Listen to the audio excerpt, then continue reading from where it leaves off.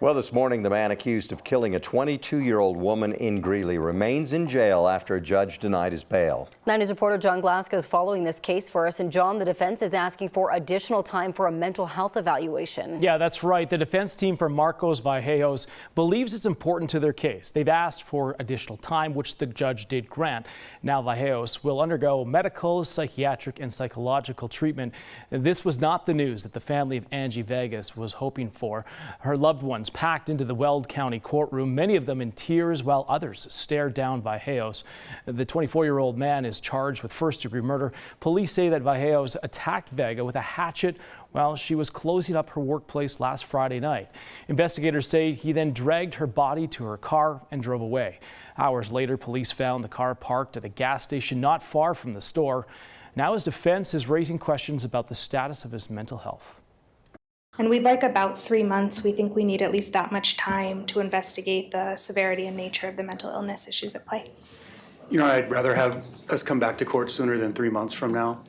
I understand what defense counsel is saying, but 3 months is quite a bit of time for a status hearing. Vegas family also believes that that delay is too long. The judge did agree to hold the next hearing on November 10th. But Corey, this is just an awful case. The family clearly very upset by this. Absolutely. It is tragic. All right, John, thank you. Welcome. This morning, a man is facing charges after police say he shot a 13-year-old boy on that boy's first day of school in Denver. It happened last Tuesday afternoon near 14th and Ogden. Prosecutors say 22-year-old Catrell James shot the boy in the arm while the boy and his mom were driving home from school. Police say James was standing in the middle of the road and the mother had to slam on her brakes to avoid hitting him. The 13-year-old was taken to the hospital. At last check, he is expected to recover. James is charged with attempted murder. Leaders in Longmont are looking into whether an intersection is safe after a driver hit and killed an 84-year-old man who was crossing the street. Family members tell us Anthony Umali was killed Tuesday morning at 3rd Street and Pratt Street. Police say it happened at an unmarked crosswalk. People who live in the area say they've been worried about the safety of this intersection and they've been asking the city to do something about it for years now.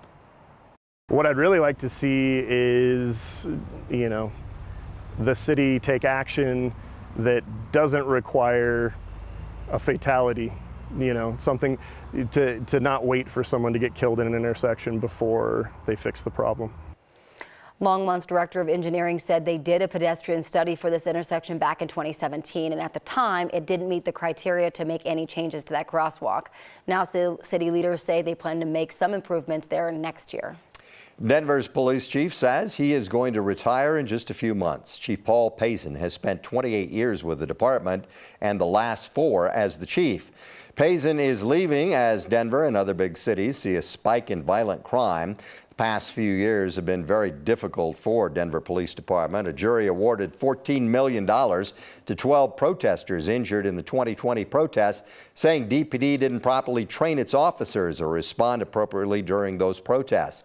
Last month, Denver officers started shooting on a crowded street in Lodo and hit 6 bystanders. Chief Payson is going to retire in October, but he is turning over command of the department next week. The mayor chose Division Chief of Patrol Ron Thomas to be the next police chief. Thomas has been with the department since 1989. City Council will still have to confirm him.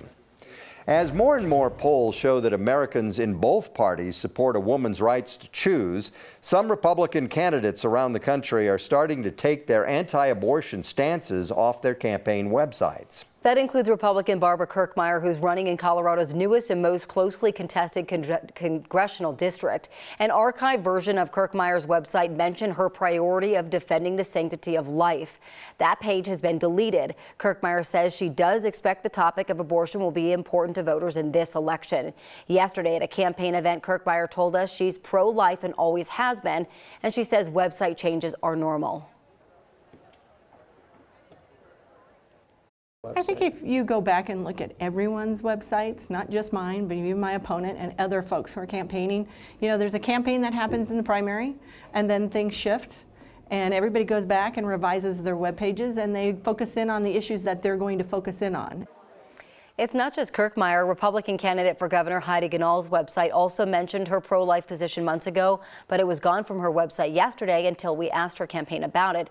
Then it came back. Ganahl's team told us the change was in the works for weeks and her stance on abortion has not changed.